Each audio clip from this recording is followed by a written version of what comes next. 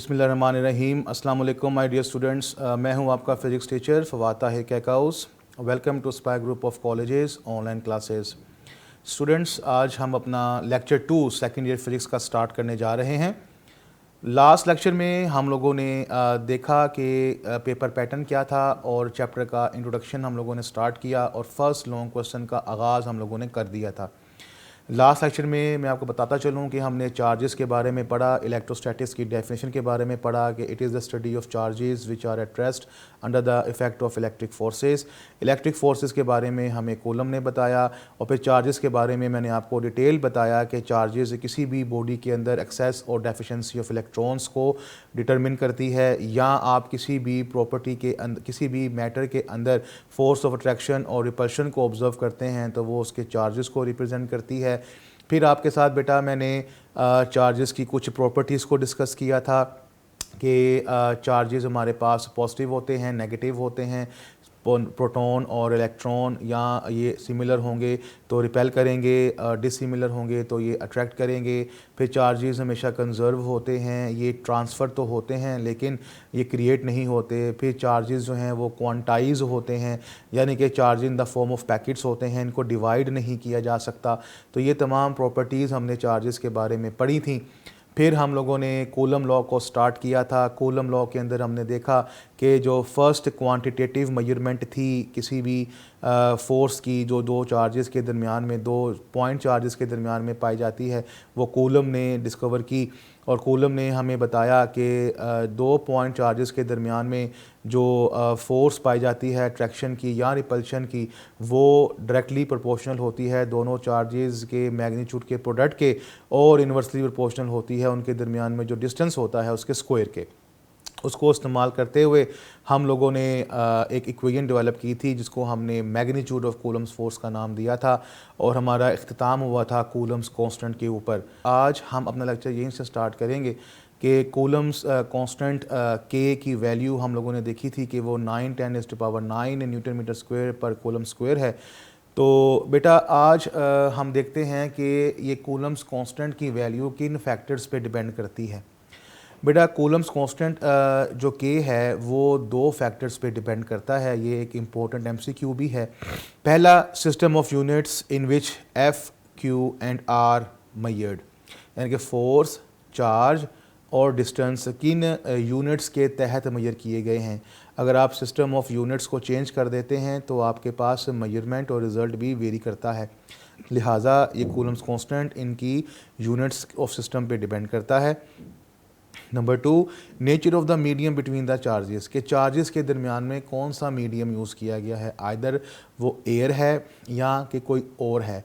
तो दोनों को हम बारी बारी डिस्कस करेंगे और अब देखेंगे कि कैसे इसके ऊपर इफेक्ट पड़ता है। सो बेटा ये दो इम्पोर्टेंट फैक्टर्स हैं जिसके ऊपर कूलम्स कांस्टेंट के डिपेंड करता है। ठीक है मेरा बेटा, इसको बड़े ही अच्छे तरीके से आपने याद रखना है। नेक्स्ट ये है मेरा बेटा कि फ्री स्पेस, अगर हम इज्यूम करते हैं कि चार्जेस के दरमियान में हमारे पास फ्री स्पेस है, जैसे कि आपने लास्ट लेक्चर में देखा था कि चार्जेस के दरमियान में हमने कोई चीज़ नहीं रखी थी लेकिन स्पेस तो मौजूद है, उनके दरमियान में एयर तो है, या आप वैक्यूम कह लीजिए। एयर, वैक्यूम या फ्री स्पेस एक ही मायनों में यूज़ किए जाते हैं। तो अगर बेटा इनके दरमियान में फ्री स्पेस पाई जाती है तो के की वैल्यू 1/4πε0 है। ये आप देख रहे हैं नीचे एक सिंबल यूज़ किया गया है, ये this is known as a Greek letter epsilon, लेकिन हम इसको जल्दी से एप्सिलन पढ़ लेते हैं। तो के हमारे पास 1/4πε0 है। अब ये एप्सिलॉन 0 हमारे पास एक इलेक्ट्रिकल कांस्टेंट है जिसको परमिटिविटी कहा जाता है, एयर की या फ्री स्पेस की या वैक्यूम की। परमिटिविटी बेटा परमिशन से निकाला गया है। मैं इसको आपके साथ थोड़ा सा शेयर करता हूँ। पहले देखिए बेटा, परमिटिविटी क्या है। परमिटिविटी एक परमिशन है जो कि एयर, फ्री स्पेस या वैक्यूम देता है। किसको? For the transmission of force की ट्रांसमिशन को from one charge to another. ये अलाउ करता है फोर्स को ट्रांसफ़र होना एक चार्ज से दूसरे चार्ज के ऊपर। इससे क्या मुराद है बेटा, मैं आपके साथ एक बात शेयर करता हूँ, इससे आपको ये बात समझ आ जाएगी। इसे समझाने के लिए है कि बेटा अगर आप और मैं बात कर रहे हैं तो हमारे दरमियान में ये एयर मौजूद है, फ्री स्पेस मौजूद है और आपको मेरी लाउडनेस जो है वो फील हो रही है। लेकिन अचानक ही मैं सेम लाउडनेस के साथ बोलता बोलता एक दरवाज़े के पीछे चला जाता हूँ और दरवाज़ा बंद कर देता हूँ, लेकिन मैं सेम लाउडनेस के साथ ही बोल रहा हूँ। यानी कि आप और हमारे दरमियान में अब एयर के साथ साथ एक नया मीडियम आ गया है, वो डोर, दरवाज़ा। अब जब वो दरवाज़ा बंद कर दूंगा तो क्या आपको मेरी लाउडनेस बिल्कुल ऐसे ही सुनाई देगी जैसे अभी सुनाई दे रही है? नहीं ना, मेरी लाउडनेस पे थोड़ा सा फ़र्क पड़ेगा ना। ये फ़र्क किसने डाला? ये उस मीडियम ने डाला जो हमारे दरमियान में मौजूद है। अब जब एयर मौजूद थी तो मेरी लाउडनेस को अलाउ करना एयर के लिए डिफरेंट था, लेकिन जब एक मीडियम बीच में रख दिया एयर की मौजूदगी में, तो वो उस मीडियम की वजह से वो जो लाउडनेस का ट्रांसफ़र था वो डिफरेंट हो गया। इसका मतलब ये हो गया कि मीडियम डिपेंड करता है, मीडियम अलाउ करता है मेरी लाउडनेस को कि वो कितनी ट्रांसफ़र हो। बिल्कुल ऐसे ही एक मटेरियल, एक मीडियम फैसला करेगा कि वो जो फोर्स चार्जेस ने एक दूसरे पे लगानी है वो कितनी ट्रांसफ़र हो। This is known as the permittivity. तो परमिटिविटी नॉर्मली हम एयर की अज्यूम करते हैं, लेकिन अगर कोई मीडियम बीच में आ जाए तो क्या होगा वो भी हम आज के लेक्चर में थोड़ी देर के बाद देखते हैं। तो होपफुली आपको अभी परमिटिविटी क्लियर हो गया होगा कि permittivity is the permission given by the air या vacuum for the transmission of the force from one charge to another. ठीक है मेरा बेटा, तो दिस इज़ द परमिटिविटी। इसका जो SI यूनिट है वो हमारे पास कूलम स्क्वायर पर न्यूटन पर मीटर स्क्वायर है और इसकी वैल्यू 8.85 10⁻⁻12 है। तो ये भी वैल्यू आप लोगों ने बेटा जहन में रखनी है, एग्ज़ाम में MCQ में पूछी जाती है। अब मेरा बेटा ये वैल्यू अगर मैं कूलम्स फोर्स की मैग्नीट्यूड के फॉर्मूले में लिखूं जो हमने लास्ट लेक्चर में लिखा था, तो मेरे पास कूलम्स फोर्स की मैग्नीट्यूड बन जाएगी 1/4πε0 Q1 Q2/r²। तो ये मेरे पास कूलम्स फोर्स की मैग्नीट्यूड का फाइनल फॉर्म है। तो मेरा बेटा लास्ट लेक्चर में हम लोगों ने K तक पढ़ा था, आज हमने K को डिस्क्राइब किया और K की वैल्यू फार्मूले में पुट करके final form of the magnitude लिखी। यहाँ तक आप सब बच्चों को क्लियर हो गया होगा। अब बेटा हम फर्दर चलते हैं कि फोर्स एक वेक्टर क्वांटिटी है, आप सब लोग जानते हैं। अगर फोर्स एक वेक्टर क्वांटिटी है तो उसकी डायरेक्शन तो लाजमी होगी। अब जो मेन काम इस आर्टिकल के अंदर है वो डायरेक्शन को समझना है, डायरेक्शन इंपॉर्टेंट चीज़ है। यहाँ तक तो आसान काम था। अब आइए ज़रा इसकी वेक्टर फॉर्म बनाते हैं। अब हम फोर्स को वेक्टर बनाने लगे हैं, तो वेक्टर के लिए मैग्नीट्यूड और डायरेक्शन चाहिए। मैग्नीट्यूड हम लोग फाइंड कर चुके हैं, आइए अब इसकी डायरेक्शन देखते हैं कि कैसे निकालनी है। बेटा आपको याद होगा फर्स्ट ईयर में एक वेक्टर था बड़ा इंपॉर्टेंट, यूनिट वेक्टर, और उसको आपने क्या कहा था, ये कैसा वेक्टर होता है जो वेक्टर की डायरेक्शन फाइंड करने के लिए इस्तेमाल होता है।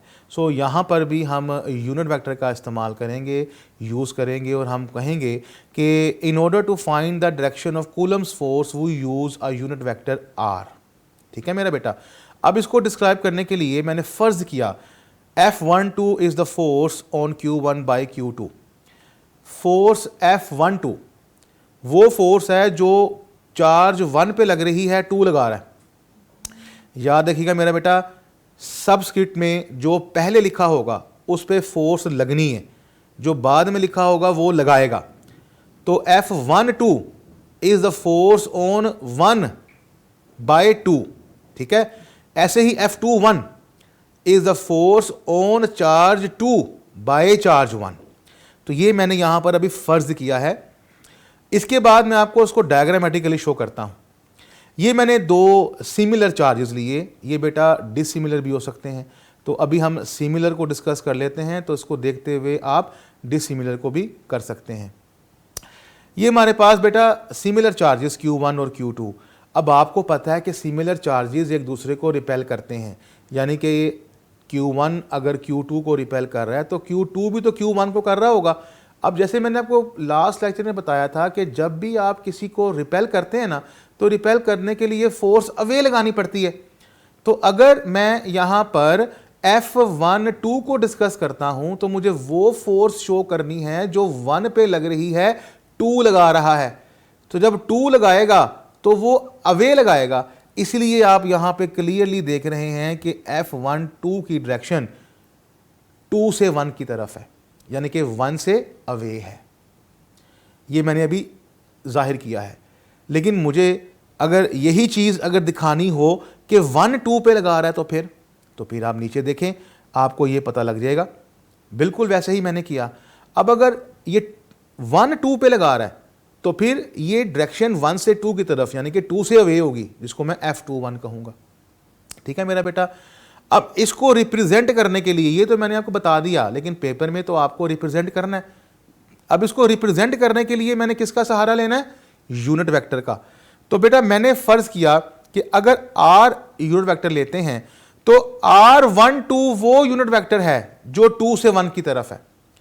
अब R12 बेसिकली क्या है? R12 यूनिट वेक्टर है जो डायरेक्शन शो कर रहा है उस फोर्स की जो 1 पे लग रही है, 2 लगा रहा है। अब अगर 1 पे लग रही है, 2 लगा रहा है, तो फिर इसकी डायरेक्शन चार्ज 2 से चार्ज 1 की तरफ होगी ना। चार्ज 2 से चार्ज 1 की तरफ होगी, यानी कि चार्ज 1 से अवे होगी।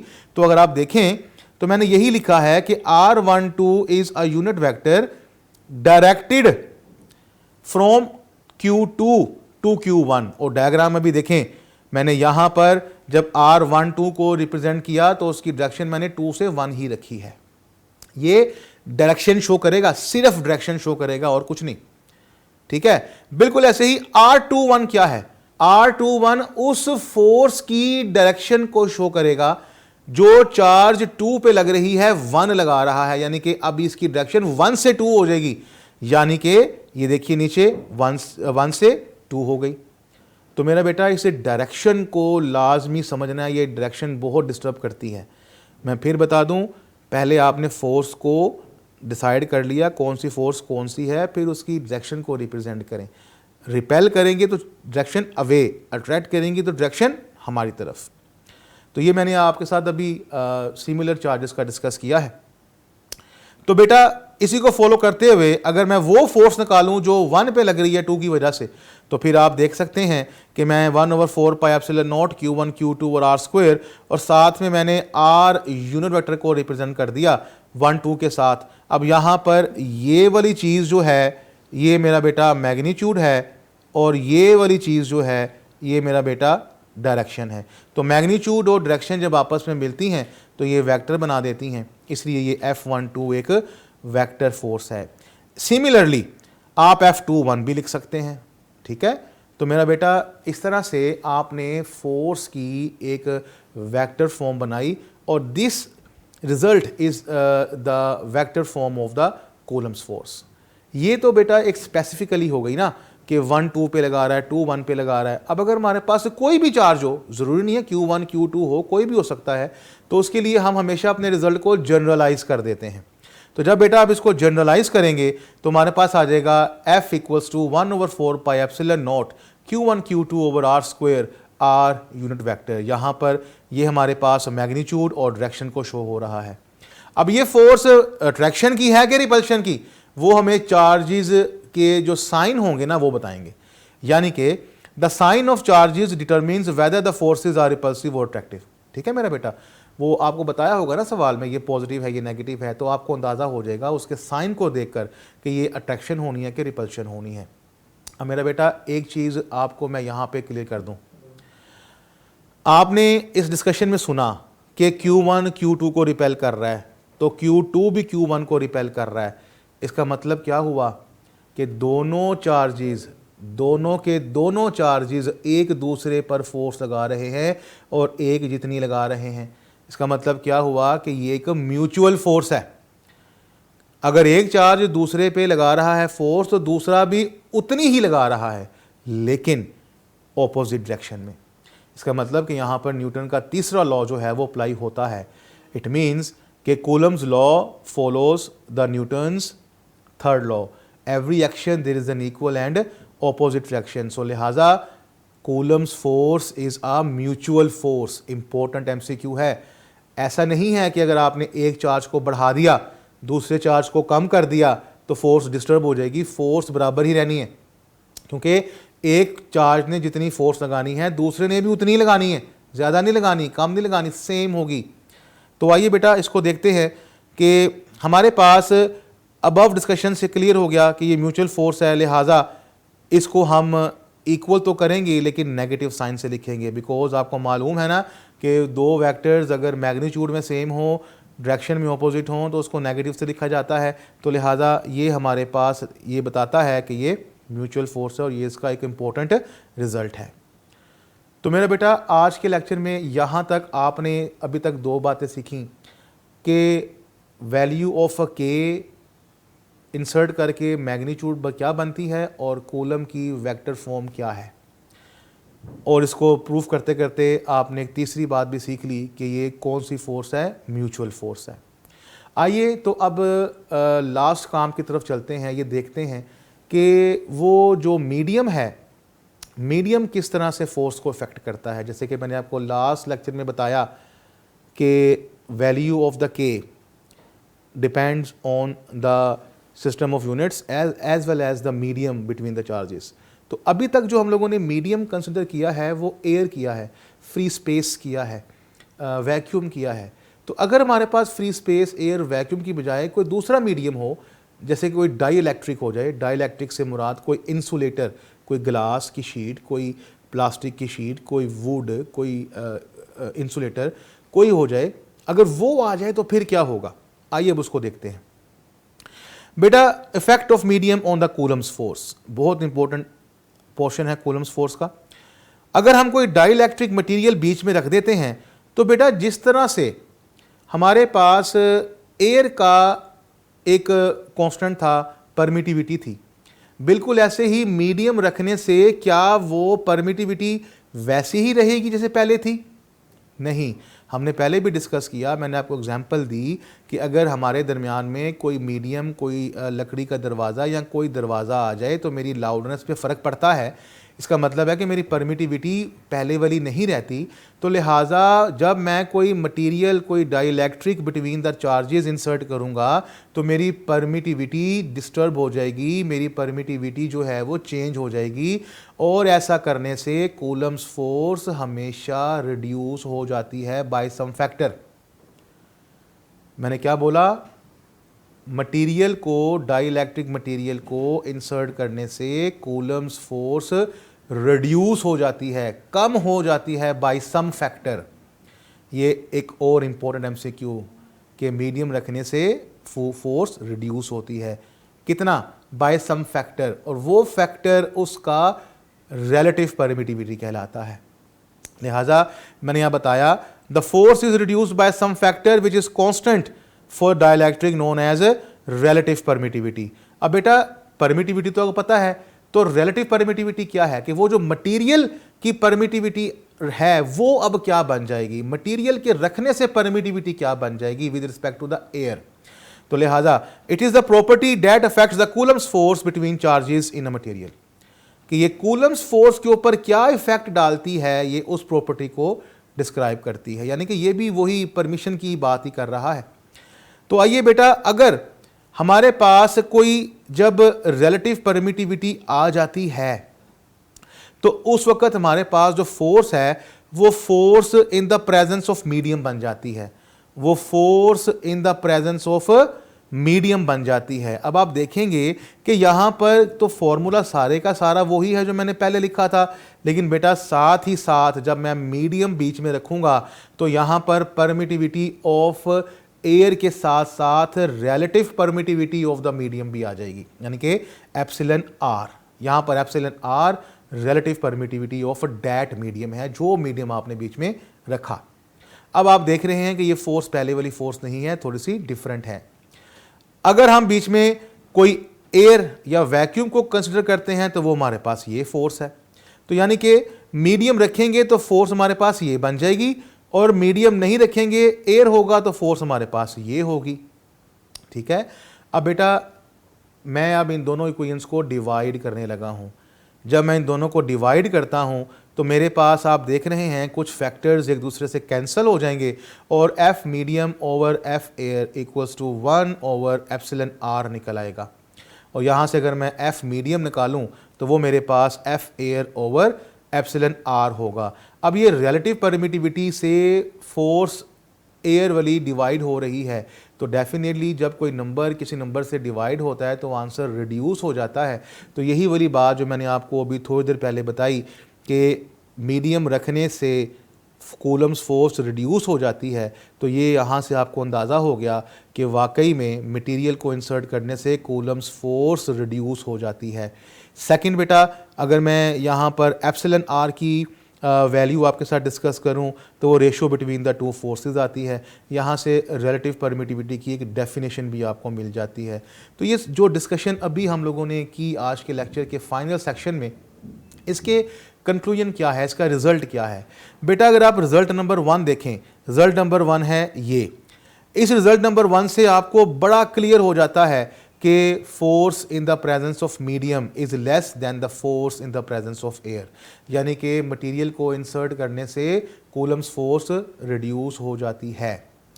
रिजल्ट नंबर 2 को ज़रा गौर से देखिए। रिजल्ट नंबर 2 है ये। रिजल्ट नंबर 2 से हमको मालूम होता है कि relative permittivity is always greater than 1। कैसे?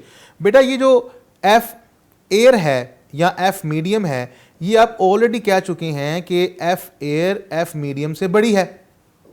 अगर एफ एयर एफ मीडियम से बड़ी है तो यहाँ पर इस फ्रैक्शन में ये वाली वैल्यू जो है वो ज़्यादा है, ये वाली वैल्यू जो है वो ज़्यादा है और ये वाली वैल्यू जो है वो कम है।